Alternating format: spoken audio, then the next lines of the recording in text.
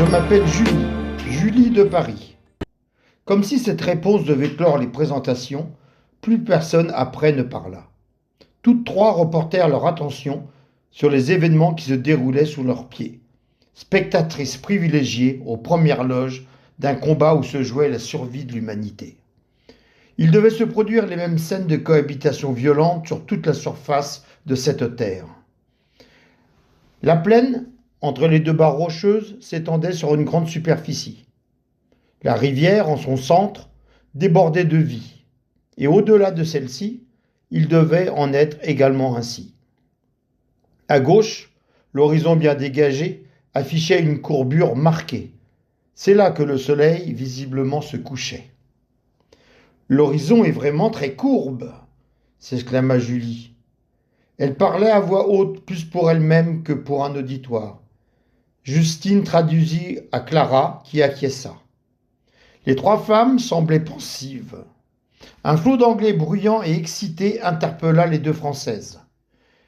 Il n'y eut pas besoin de traduction. Il fallait juste regarder où Clara pointait son doigt. C'était stupéfiant. Un soleil se levait au-dessus de la forêt, tandis qu'un autre se couchait au fin fond de l'horizon. Deux soleils. Julie, à son tour, montra du doigt les montagnes en face d'elle. On y décernait une luminosité naissante, et c'est dans une émotion indescriptible que petit à petit monta comme une grosse lune.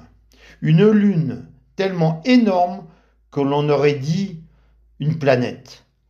Des continents et des océans, des pôles blancs comme la glace, de hautes montagnes blanches également, des masses marrons et verts et bleus, des nuages, tout ressemblait à la Terre. Nous sommes sur une lune, sur un satellite. Ce soir, il n'y aura pas de nuit, ni demain d'ailleurs, jamais. En bas, c'est comme un zoo, Londres, Paris, Limoges, sur un arbre. Alors l'ensemble de ce qui vit sur Terre se trouve sous nos yeux dans le désordre. 8 milliards d'êtres humains entassés sur une petite lune avec tout le reste. Elle n'arrivait peut-être pas bien à exprimer sa pensée, pourtant tout le monde comprit, tandis que l'espèce de terre continuait de se lever.